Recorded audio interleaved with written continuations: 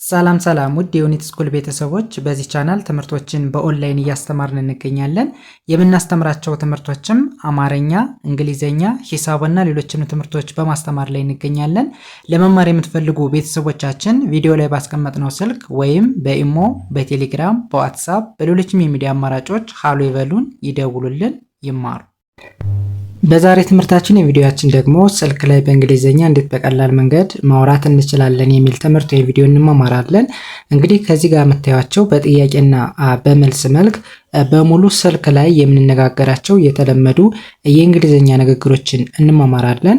ከእናንተ የሚጠበቀው ትምህርቱን እስከ መጨረሻው ድረስ ማየትና መከታተል ከቻላችሁ ጥሩ ነገር ታገኙበታላችሁ።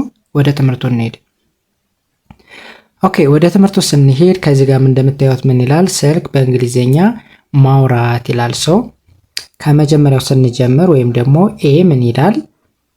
ኤ ምን ብሎ ይጠይቀዋል? ኦኬ እስኪ እናንብብ።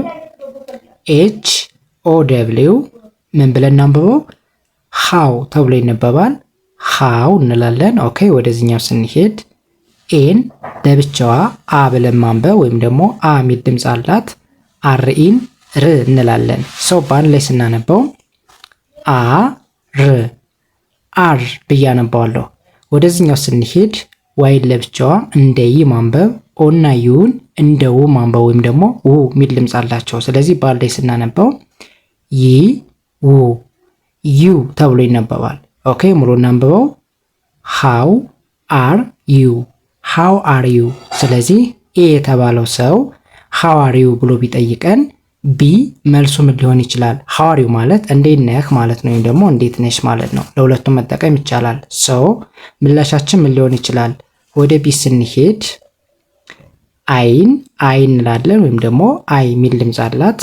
ኤኤም አም ብለን እናነባዋለን። ኦኬ ወደዚህኛው ስንሄድ ኤፍ አይን ፋይ እንላለን። ፋ ይ ኤንኢን ን ብለን ማንበብ። ሰው ባለ ስናነባው ፋ ይን ፋይን ተብሎ ይነበባል። ሙሉ ሲነበብ አይ አም ፋይን። አይ አም ፋይን ምን ማለት ነው? ደህና ነኝ ብሎ ሊመልስ ይችላል ማለት ነው። ቢ እንግዲህ ኤ እንዴት ነህ ብሎ ሲጠይቀው ቢ ደግሞ አይ አም ፋይን ወይም ደግሞ ደህና ነኝ ብሎ ሊመልስ ይችላል ማለት ነው። ኦኬ ወደሚቀጥለው ስንሄድ አሁንም ኤ ምን ሊል ይችላል? ኤን እንደ አ እናነባለን ወይም ደግሞ አ ሚል ድምፅ እንዳለው አይተናል። መጀመሪያ ሲመጣ አርኢን ር ብለን እናነባለን። ሰው በአንድ ላይ ስናነበው አር አር ብለን እናነባለን። ወደዚህኛው ስንሄድ ዋይን ለብቻዋ ይ ሚል ድምፅ እንዳላት አይተናል። ይ እንላለን። ኦና ዩን እንደ ው እናነባለን ወይም ደግሞ ው ሚል ድምፅ አለው። ሰው በአንድ ላይ ስናነበው ይ ው ዩ ተብሎ ይነበባል። ወደዚህኛው ስንሄድ ቢዩን እንደ ቢ ኤስኢን እንደ ዚ በአንድ ላይ ሲነበብ ቢዚ ቢዚ።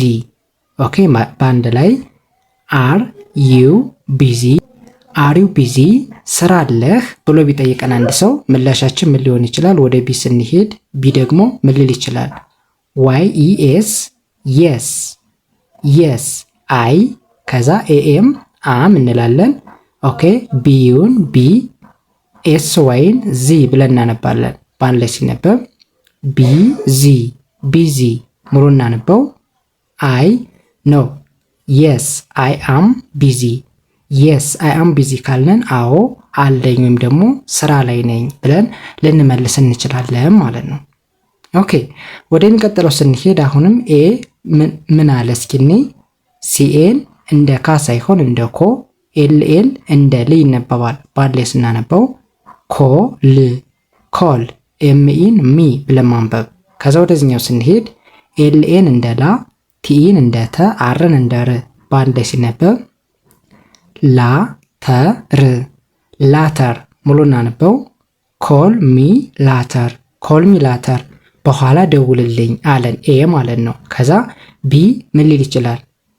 ኦና ኬን ኦኬ እንላለን። ከዛ ደብሉኤን እንደ ዊ፣ አይናቲን ኢት በአንድ ላይ ዋይት ዋይት። ከዛ ዋይን እንደ ኢ፣ ኦና ዩን እንደው በአንድ ላይ ይ ው ዩ። ሙሉ ሲነበብ ኦኬ ዋይት ዩ ምን ማለት ነው? እሺ ጠብቀኝ ብለን ልንመልስ እንችላለን ማለት ነው። ኦኬ እንግዲህ ይህን በዚህ አይነት መንገድ ካየን ወደዚህኛው ስንሄድ እነዚህስ ምን ይላሉ? ኦኬ በጣም አጫጭር ናቸው። ቢ ዋይ ኢ በአንድ ላይ ምን ተብሎ ሊነበብ ይችላል?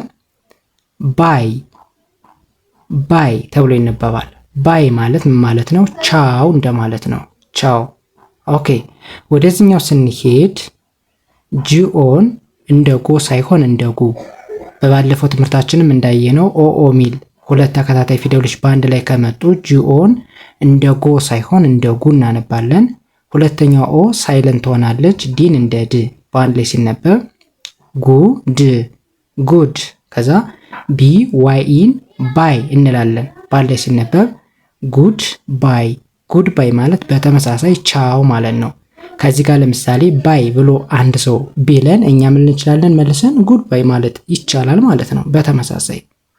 ኦኬ ከዛ ወደዚህኛው ስንሄድ ኤችን እንደ ሂ፣ ኤል ኤል ኦ እንደ ሎ፣ ደብሊው እንደ ኦ በአንድ ላይ ሄሎ ሄሎ ተብሎ ይነበባል። ሄሎ ማለት ሰላም ማለት ነው፣ ወይም ደግሞ ጤና ይስጥልኝ እንደማለት ነው።